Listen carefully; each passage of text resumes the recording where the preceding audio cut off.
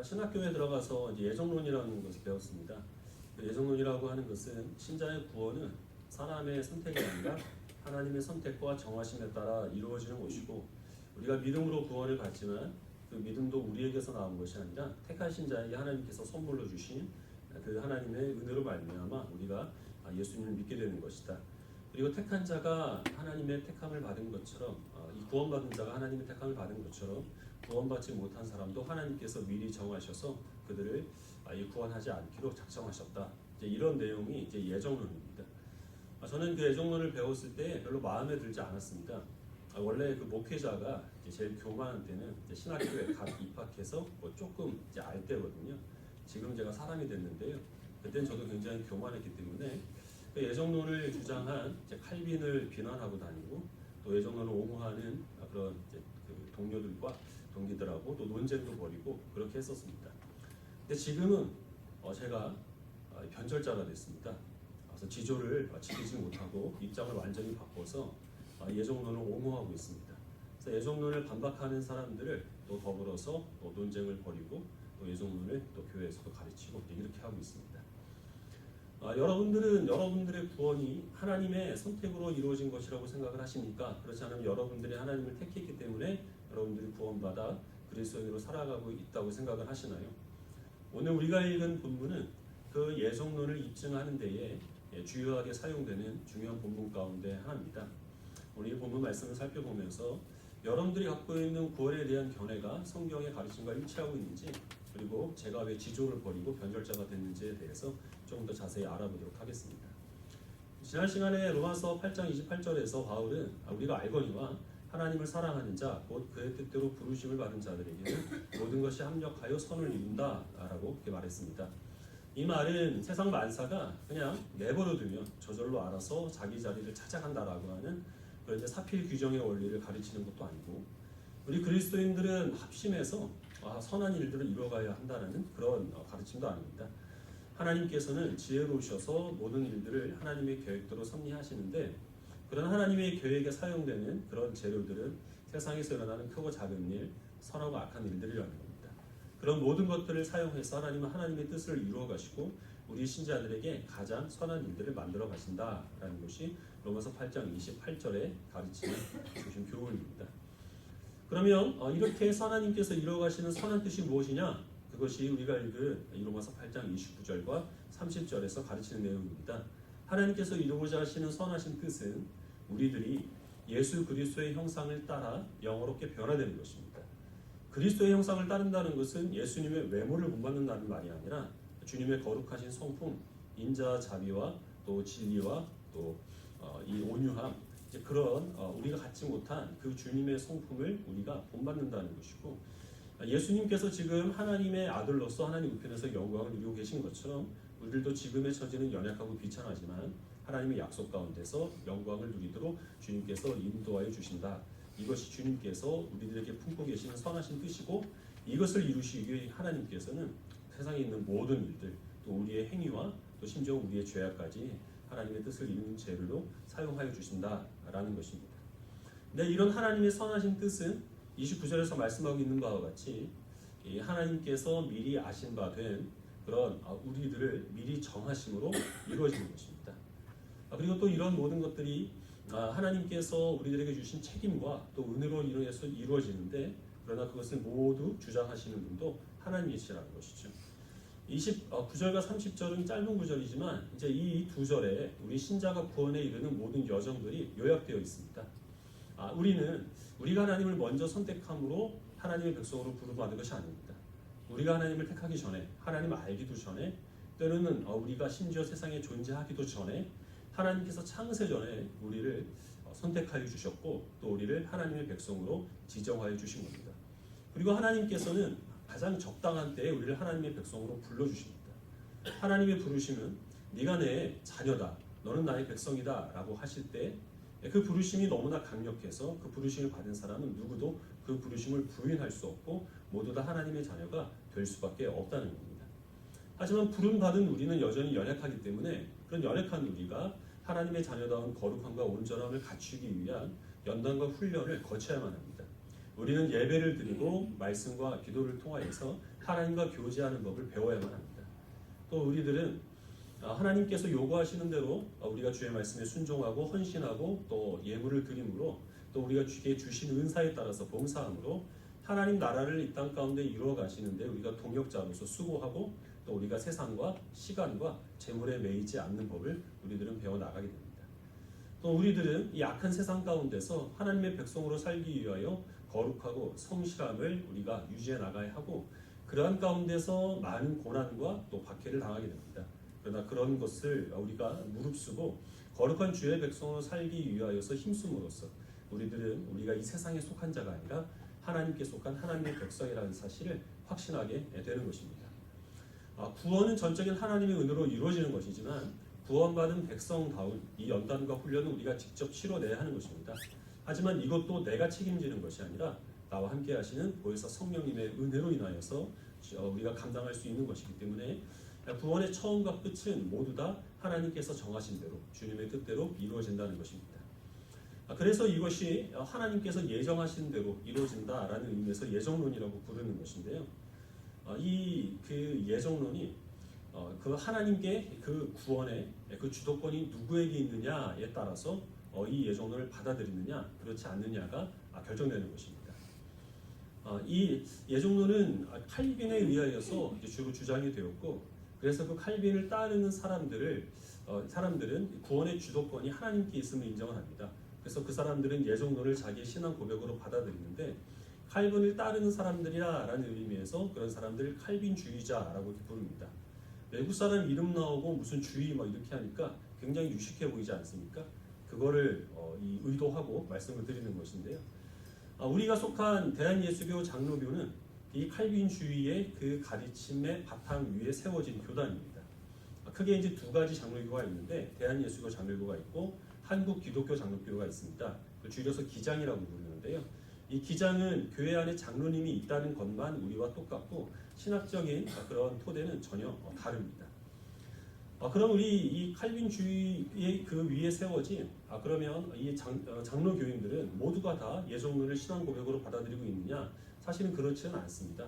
장로교인이라고 하더라도 예정론을 충분히 이해하지 못한 사람들이 많고 이름만 되면 알만한 그런 저명한 장로교 목사 가운데서도 그 공개적으로 나는 예정론을 받아들이지 않는다 이렇게 선언한 분도 있습니다. 그 반대편에 있는 사람들은 이 구원이라고 하는 것이 그 주도권이 하나님께 있는 것이 아니라 사람에게 있기 때문에 예정이라는 것을 인정하지 않습니다. 이런 사람들은 주로 그 알미니우스라고 하는 신학자의 가르침을 따른다라는 의미에서 이제 알미니안이라고 부릅니다. 오늘날 감리교, 성결교를 비롯한 장로교 외의 다른 교단들은 그 알미니안의 영향을 직접적으로나 간접적으로 다 받고 있는 그런 교단들입니다. 이 알미니안들은 구원의 주도권이 사람에게 있기 때문에 하나님께서 미리 정하신 것은 구원받을 사람이 아니라 구원받을 방법이라는 것이죠. 하나님께서 정하신 구원의 방법은 예수님의 십자가의 대속의 은혜입니다. 그리고 그 피에 세워진 교회의 성도가 부름을 받아서 거기서 하나님을 배우고 또 하나님 말씀에 순종하게 됨으로써 구원을 이루게 된다라고 이렇게 얘기를 합니다. 그러나 하나님께서 정하신 것은 오직 구원의 방법이기 때문에 하나님께서 누군가를 구원하시고자 해도 그가 마음을 열어서 예수 그리스도를 영접하지 않는 이상 그는 구원을 받을 수가 없게 된다는 것입니다. 이 알미니안들은 그렇기 때문에 우리가 읽은 이 로마서 8장 29절과 30절을 우리와는 조금 다르게 해석을 합니다. 특별히 이제 29절에 있는 미리 아신 자라는 이제 이 말씀을 하나님께서 미리 내다보시는 능력으로 인하여서 예지하고 계시는 그런 사람들 이렇게 해석을 하는 것이죠. 하나님께서는 앞날을 다 내다볼 수 있습니다. 그래서 하나님께서 선포하신 구원의 메시지를 누가 받아들일 것인지 또 어떤 사람이 거부할 것인지 하나님께서는 신적인 능력으로 안다는 겁니다. 그리고 그 예지하시는 능력에 따라서 구원의 방법을 정하여 주셨다라는 것이죠.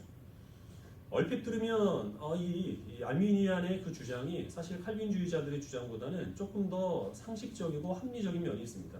조금 더 우리들에게 매력적으로 다가오는 그런 면이 있습니다. 그리고 알미니안들은 예정이라는 표현보다는 예지라는 말을 쓰는데요. 그래서 예정이라는 말이 또 우리들에게 주는 여러 가지 거부감들을 또 제거하는 또 그런 효과들도 있습니다.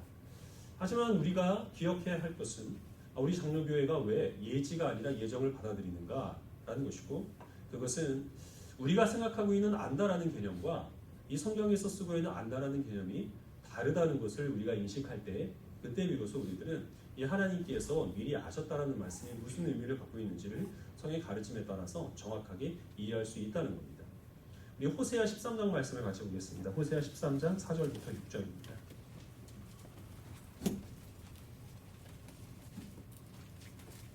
구약 성경 1267페이지입니다.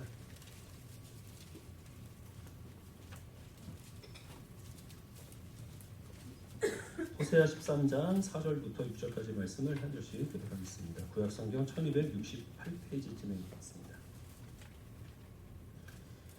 4절을 제가 먼저 읽겠습니다. 그러나 애굽 땅에 있을 때부터 나는 내 하나님 여호와라. 나밖에 내가 다른 신을 알지 말 것이라. 나 외에는 구원자가 없느니라. 같이 읽겠습니다. 그들이 먹여준 대로 배가 불렀고 배가 부르니 그들의 마음이 교만하여 이로 말미암아 나를 잊었느니라. 하나님께서 이스라엘 백성들이 멸망하게 된 그 죄를 두 가지로 지적을 하십니다. 첫 번째로는 하나님께서 그들에게 주신 명령, 너희는 나 외에 다른 신을 알지 말지니라 하는 이 명령을 그들이 어겼습니다. 그들은 하나님 외에 다른 신들을 알아버렸습니다. 두 번째 죄는 하나님께서 광야에서부터 그들을 아시고 모든 필요들을 채워주셨는데 그들은 배가 불러서 교만하셔서 하나님을 잊어버렸다라는 것입니다. 나 외에 다른 신을 알지 말라라고 한 하나님 명령을 어긴 것, 그들을 아신 하나님을 잊어버린 것, 이것이 이스라엘 백성들을 멸망으로 이끌고 간 그들의 죄악이라는 겁니다. 그럼 지금 호세아서에서 지적하고 있는 이 알지 말라라고 하는 그 명령을 그들이 어기고 다른 신을 알았다라는 것이 어떤 새로운 지식이나 정보를 습득한 것을 의미하나요? 하나님께 주신 명령이 너희는 나만 알아라라는 것이 내가 어떤 재물을 좋아하고 내 이름이 무엇인지 그것만 너희가 알고 다른 신들에 대해서는 어떤 새로운 정보나 지식도 너희가 알려고 하지 말아라. 이것을 하나님께서 그들에게 명령으로 주신 것은 아니죠. 너희가 나만 알아라라는 것은 너희가 나만 사랑하라는 것입니다. 나와만 교제하고 나에게만 재물을 드리고 나만을 의지해라라는 것이 하나님께 주신 나만 알아라라는 이 명령에 담겨있는 내용입니다. 또한 하나님께서 그를 아셨다라는 말씀도 역시 마찬가지입니다. 하나님께서 이스라엘 백성들의 존재를 전혀 모르고 계시다가 어느 날 광야에 보니까 한 무리가 모여있는 거예요.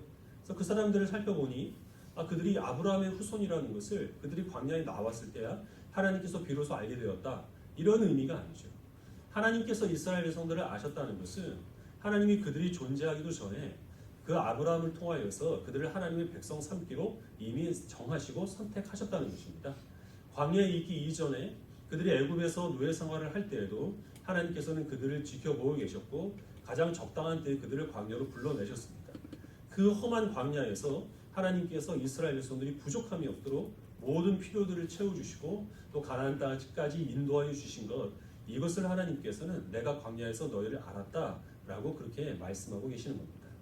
알았다라고 하는 것은 어떤 지식을 우리가 새롭게 얻은 것, 어떤 정보를 습득한 것, 이것을 의미하는 것이 아니라 오랜 시간 교제하면서 속속들이 이해를 하고 모든 허물까지 받아들이는 이런 철저한 사랑을 알았다라고 성경은 표현하고 있습니다. 이거는 구약이고 로마서는 신약인데 시대적으로 거의 800년 차이가 나는데 어찌 이 알았다는 의미가 같은 뜻일 수가 있겠느냐, 이렇게 생각을 하신다면 우리 로마서 11장 2절 말씀을 봅시다.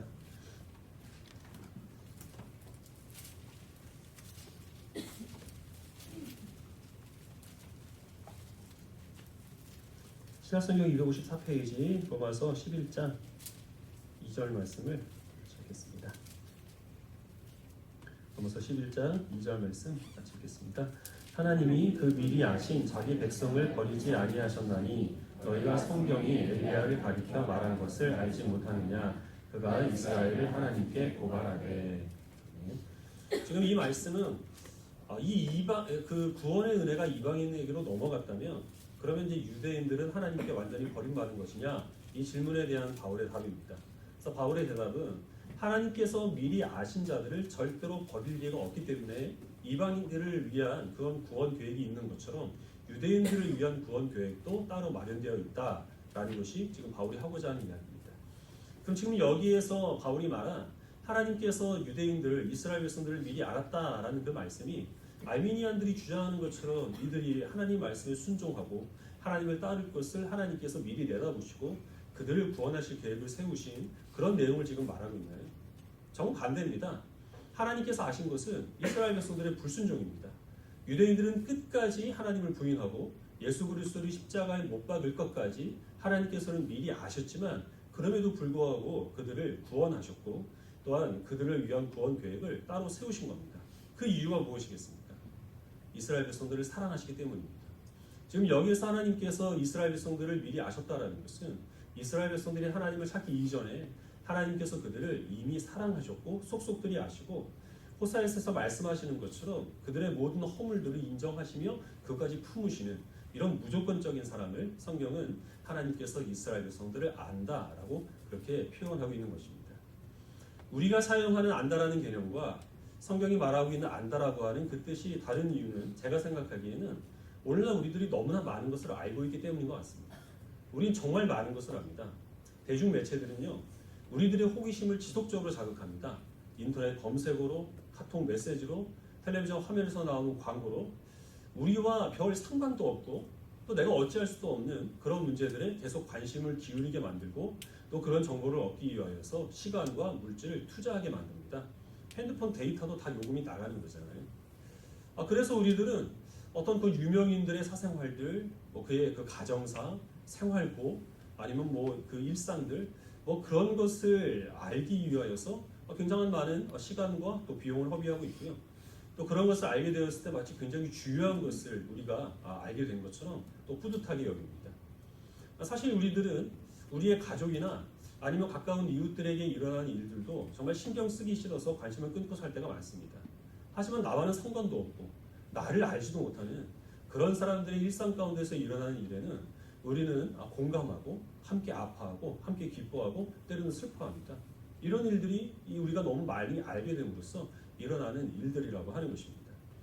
하지만 대부분 이런 정보들은 다 쓰레기와 같은 것들이어서 우리들은 금방 잊어버립니다. 뭐 누가 사귀었다 헤어졌다 그런 얘기를 들으면 얘네들이 언제 사귀었대? 불과 몇 달 전만 하더라도 내 손으로 검색한 그런 기사를 우리는 깨끗하게 잊어버리는 겁니다. 왜냐하면 애당초 아무런 가치가 없는 정보였기 때문에 그렇습니다. 우리는 너무나 많은 것을 알고 있습니다. 하지만 이 성경이 기록되었던 당시에 이 사람들은 정말 아는 것이 많지 않았습니다. 대중매체라는 것은 아예 존재하지도 않았고 책은 너무나 비싸서 극소수의 사람들만 소유할 수 있었습니다. 글씨를 아는 사람들도 지극히 제한적이었습니다. 로마 황제 가운데서도 문맹들이 많았다는 겁니다. 그만큼 그 사람들은 어떤 정보를 얻기 위해서는 입에서 입으로 전해지는 구전에 의존할 수밖에 없었습니다. 하지만 소문이라는 것이 늘 그런 것처럼 늘 부정확한 정보만 전달될 수밖에 없었던 것이죠. 그래서 성경이 기록되었을 때 그 당시 사람들은 아무거나 가지고 내가 안다 이렇게 말할 수가 없었던 겁니다. 정말 오랜 시간을 두고 깊이 있게 교제를 하여서 속속들이 알게 되었을 때 나를 아는 것처럼 그렇게 상대방에 대해서도 철저히 파악을 했을 때 그때에서야 비로소 감히 안다라는 표현을 사용할 수가 있었던 겁니다. 하나님께서 우리를 안다라고 하는 것은 내 존재를 안다, 내 이름을 안다, 내가 구원받을 것을 안다. 이것을 가지고 하나님께서는 안다라는 표현을 쓰지 않으십니다. 하나님은 창세전에 우리를 예비하여 주셨다가 하나님께서 정하신 때에 우리를 불러주셨습니다. 우리는 그런 하나님의 부르심을 의식하지 못했지만 한 번 부르신 하나님의 부르심은 영원토록 그 효력을 발휘해서 언젠가는 우리로 하여금 하나님의 부르심을 받아들일 수밖에 없도록 하나님께서는 끊임없이 우리 곁에서 우리를 설득하셨습니다. 우리가 주의 백성으로 지금 살아가고 있지만 그러나 우리는 늘 연약합니다. 그런 연약한 우리를 온전하게 하시기 위해서 하나님께서는 예배 자리로 우리를 불러주시고 이 부족한 예배를 통하여 우리와 교제하여 주십니다. 우리의 기도를 들어 응답하시고 항상 우리가 어디에서 무엇을 하든지 우리와 동행하여 주심으로 내가 택함 받은 하나님의 백성이라는 사실을 깨닫도록 역사해 주십니다. 이런 모든 과정들을 다 이끌어서 하나님께서 우리를 아신 바 되었다고 성경은 증거하고 있는 것입니다. 우리가 그 사실을 믿는다면 우리가 이제 해야 될 일은 우리도 하나님을 알기를 힘써야 한다는 것입니다. 우리 호세아 6장 말씀을 같이 보겠습니다. 호세아 6장 1절부터 6절까지 읽도록 하겠습니다.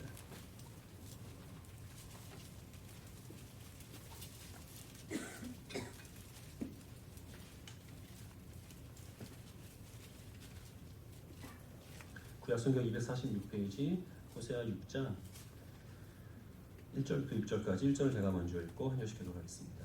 그런즉 우리가 무슨 말을 하리요? 은혜를 더하게 하려고 죄에 거하겠느냐? 아유 죄송합니다. 호세아 6장인데 로마서 6장을 읽었어요.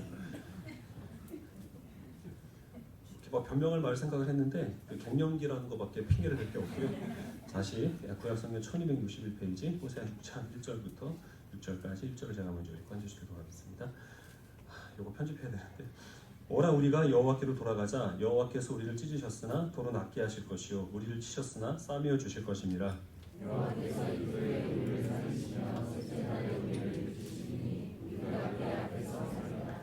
그러므로 우리가 여호와를 알자. 힘써 여호와를 알자. 그의 나타나심은 새벽빛같이 어김없나니 비와 같이 땅을 조시는 늦은 비와 같이 우리에게 임하시리라 하니라.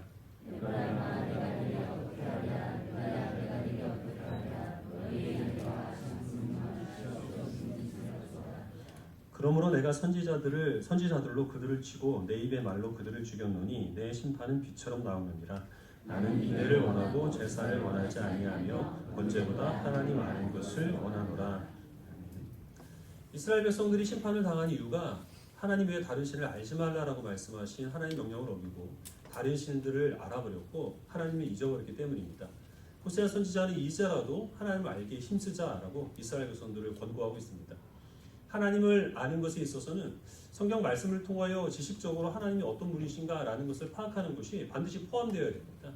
우리가 성경 말씀을 떠나서 단순히 어떤 우리의 그 내재된 종교심을 의지해서 하나님을 파악하려고 하면 그거는 정확한 하나님에 대한 어떤 그 모습이 아니라 사람이 만들어낸 허상에 불과합니다.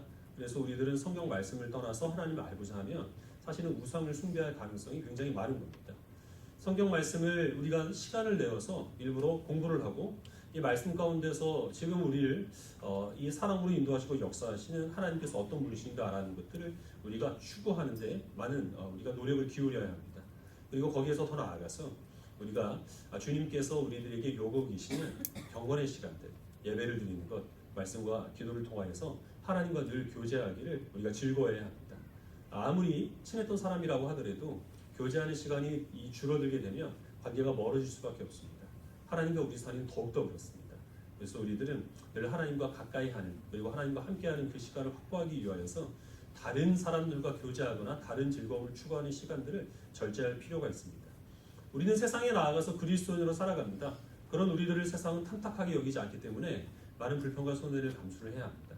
하지만 이 거짓과 그리고 탐욕과 그리고 또 온갖 속임수가 횡행하고 있고 또 그런 것을 사용하는 사람들이 출세하는 세상 가운데서 거룩한 주의 백성이기 때문에 하나님 말씀에 순종하는 그런 연단으로 말미암아 우리들은 하나님을 알게 되고 또 하나님을 더욱더 사랑하게 되는데 많은 유익을 얻을 수가 있다는 것입니다.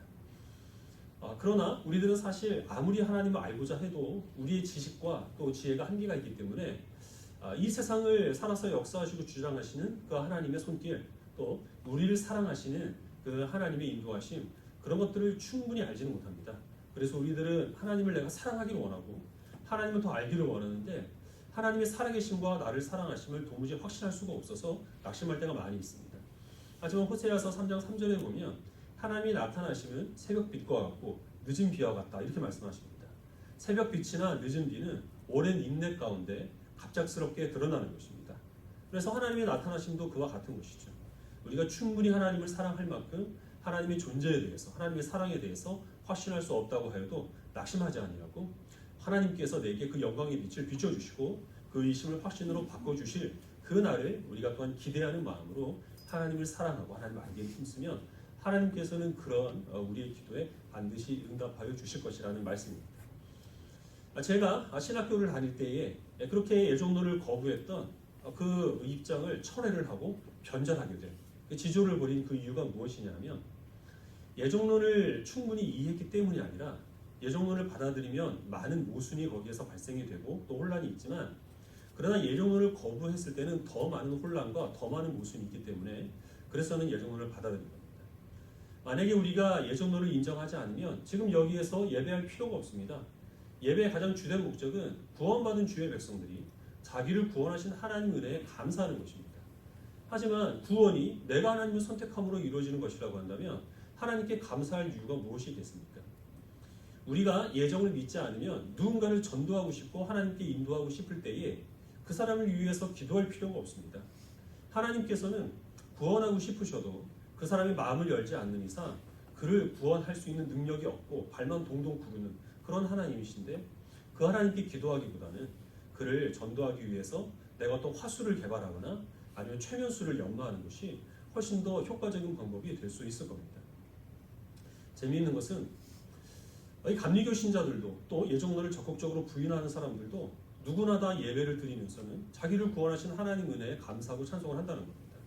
선교사로 나가거나 누구를 전도하기에 앞서서 내 그 전도의 대상자가 되는 그 사람의 마음을 하나님께서 열어주시기를 사람들은, 모든 그리스도인들이 교파를 막론하고 기도하고 전도의 현장으로 나간다는 겁니다. 성도들은 머릿속으로는 그 예정론을 부인할지는 몰라도 사실 모든 그리스도인들은 자신의 심정적으로 하나님께서 자기를 미리 아시고 정하신 대로 하나님의 주권에 따라 구원하셨다는 사실을 이미 그 심정으로는 고백하고 있는 것과 다를 바 없다는 것입니다. 우리들에게 있어서 이 예정론이 주는 것은 나 자신을 확신하라 하는 것이 아닙니다. 우리가 확신해야 될 것은 하나님의 사랑입니다.